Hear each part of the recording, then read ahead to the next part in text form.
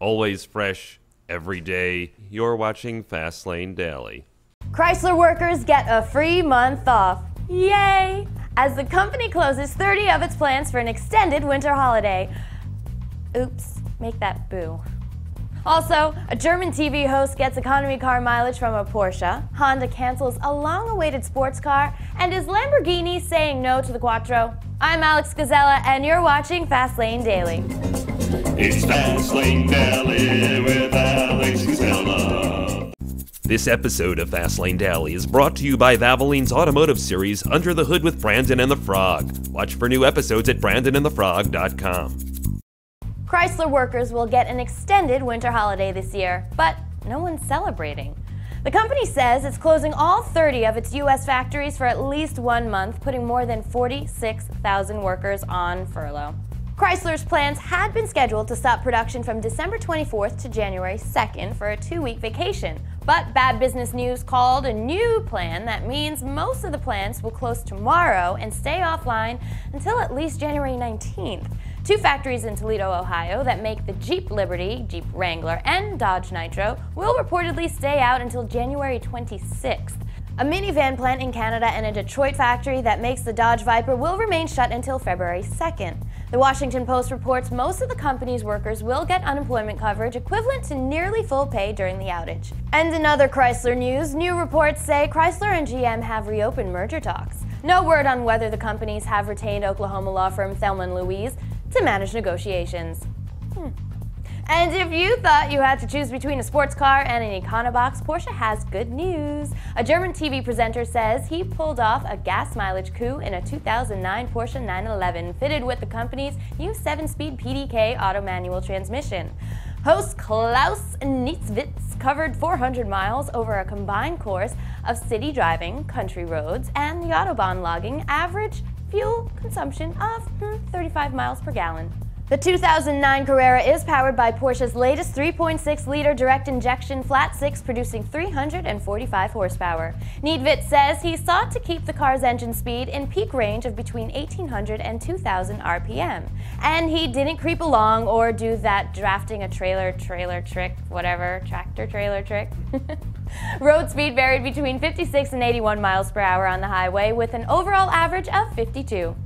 And Kia released a teaser shot of a concept car it plans to show off at the Detroit Auto Show in January. It's the Kia Soul. Of course, we've already seen what the new Soul will look like when it hits dealerships in 2009, but Kia says the new concept will, quote, demonstrate the flexibility of the original design first shown in Detroit back in 2006. That means we'll likely see the Soul as a pickup, an ambulance, or the bank vault where Bernard Madoff kept his stolen $50 billion, allegedly. We'll see when the Detroit Auto Show kicks off on January 11th. And if you thought the global economic downturn, there it goes again, couldn't get any worse, Honda says, yes it can. Company boss Takaya Fukui said yesterday the company was putting the brakes on a sports car that would have replaced the discontinued NSX. The yet unnamed model, often spotted on Germany's Nürburgring, will remain unnamed as Honda focuses on more fuel-efficient cars.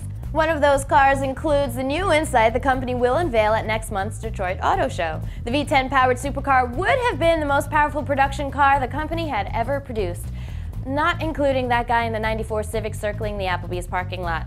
Yeah, that guy. Well, next up, is Lamborghini performing an axillectomy on its Gallardo? That's in the internet rumor mill right after this. What's going on? Alan K for FLD Tours, where each week we take a new car, we jump in, we take it for a ride, and we let you know what we think about it. With the turbo diesel V6 Blue-Tech engine. Very snappy in third gear. It's powered by a 5-liter V8. We got the Smart 4.2 2009 Volvo C30. It's like a studio apartment. Derek D could live back here.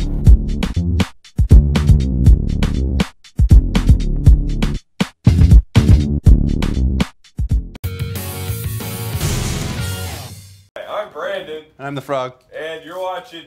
Hi, We're Brandon the Frog. I'm Brandon. I'm the Frog. And you're watching. I'm Brandon. And I'm the Frog. Hi, I'm Brandon. We're Brandon the Frog, and you're watching Fastlane Daily, sponsored by Valvoline. If you thought today's Lamborghini was synonymous with all-wheel drive, the rumor mill does not have your back. Dutch car mag Autotelegraaf says the Audi-owned maker of iconic Italian sports cars is working on a series of rear-drive only models. Those include a new Gallardo Superleggera or Super Light that reports say will get even lighter. That by losing the front half of its drive system. Insiders say the Gallardo LP560-2 will also go under the knife for even more weight savings. And Autotelegraaf says the new rear-drive Gallardo will be joined by a similar version of the V12-powered Murcielago flagship. That car will follow a similar theme of increased lightness and likely follow the same naming convention, with badge reading LP560-2. Autotelegraaf says the rear-drive Gallardo could be unveiled in late 2009, with a similar Murcielago showing up in 2011. Well, that wraps up Fast Lane Daily for today. I'm off to Southeast Asia and I'll see you in the new year. I'm Alex Gizela, and goodbye. Bye, Alex. Bye. Bye. This week on WePCTV. How do you feel about music? No, how do you feel about music? I love music. WePCTV is brought to you by ASUS and Intel. You dream it, ASUS builds it, Intel inside.